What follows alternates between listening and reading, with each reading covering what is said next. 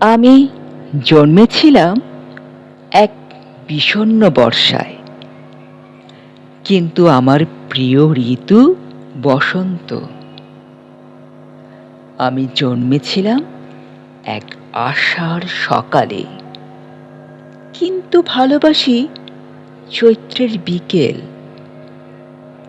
আমি জন্মেছিলাম দিনের শুরুতে, কিন্তু ভালোবাসি নিঃশব্দ নির্জন নিশি। আমি জন্মেছিলাম ছায়া সুনিবিড় গ্রামে, কিন্তু ভালোবাসি বৃক্ষহীন রৌদ্রদগ্ধ ঢাকা। জন্মের সময় আমি খুব কেঁদেছিলাম। এখন আমার সব কিছুতেই হাসি পায়। জন্মের প্রয়োজনে আমি ছোট হয়েছিলাম, এখন মৃত্যুর প্রয়োজনে বড় হচ্ছি।